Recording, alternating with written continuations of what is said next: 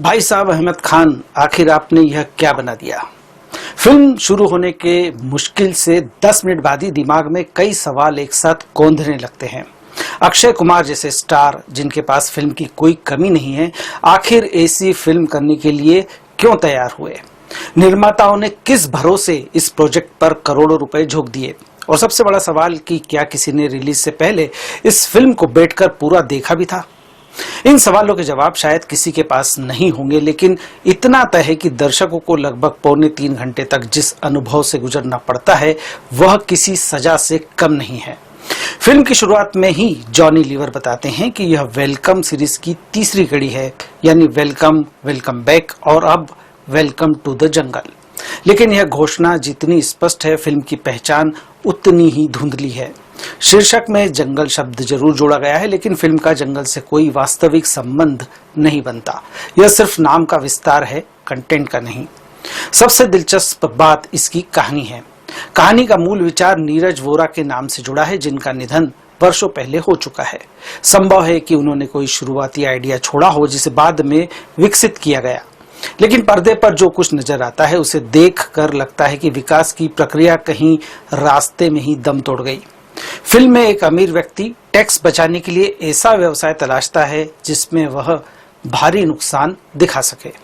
इसके लिए वह एक फ्लॉप निर्देशक को फिल्म बनाने का जिम्मा देता है और एक फ्लॉप अभिनेता को लेकर फिल्म शुरू कर देता है। यहीं से एक अजीब संदेह पैदा होता है कि क्या वेलकम टू द जंगल के निर्माता भी कहीं यह प्रयोग तो नहीं कर बैठे, क्योंकि इसके बाद जो कुछ स्क्रीन पर घटता है वह किसी संगठित फिल्म से ज्यादा बेतरतीब घटनाओं का ढेर लगता है। 50,000 रुपए मांगने वाले अभिनेता को 200 करोड़ रुपए में साइन किया जाता है और फिर बेतुकापन लगातार बढ़ता जाता है। कॉमेडी की हालत और भी चिंताजनक है।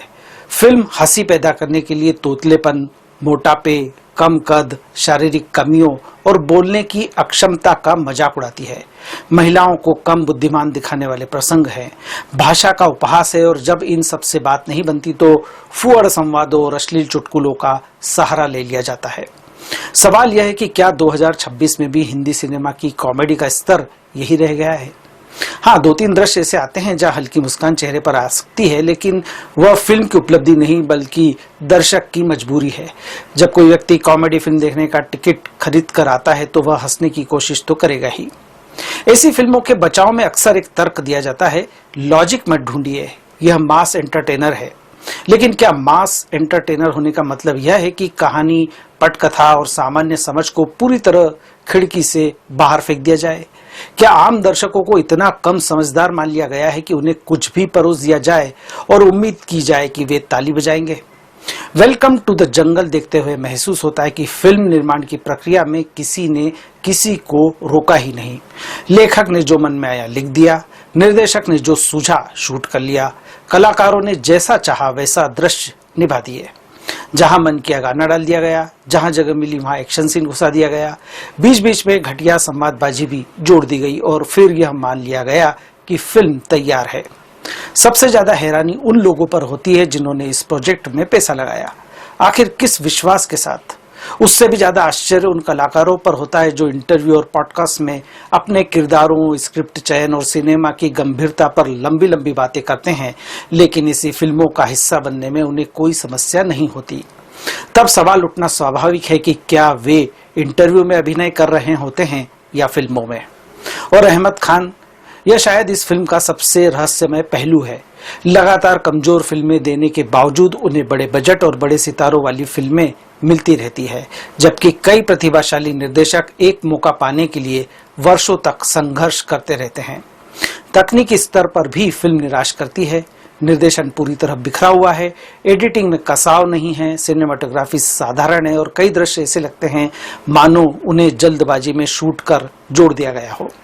अभिनय की बात करें तो अक्षय कुमार को सबसे ज्यादा स्क्रीन टाइम मिला है और कुछ दृश्यों में वे अकेले फिल्म में ऊर्जा भरने की कोशिश करते दिखाई देते हैं। रवीना टंडन असर छोड़ती है। किरण कुमार और फरीदा जलाल की एक जैसी कॉमेडी बार बार दिखाई गई है।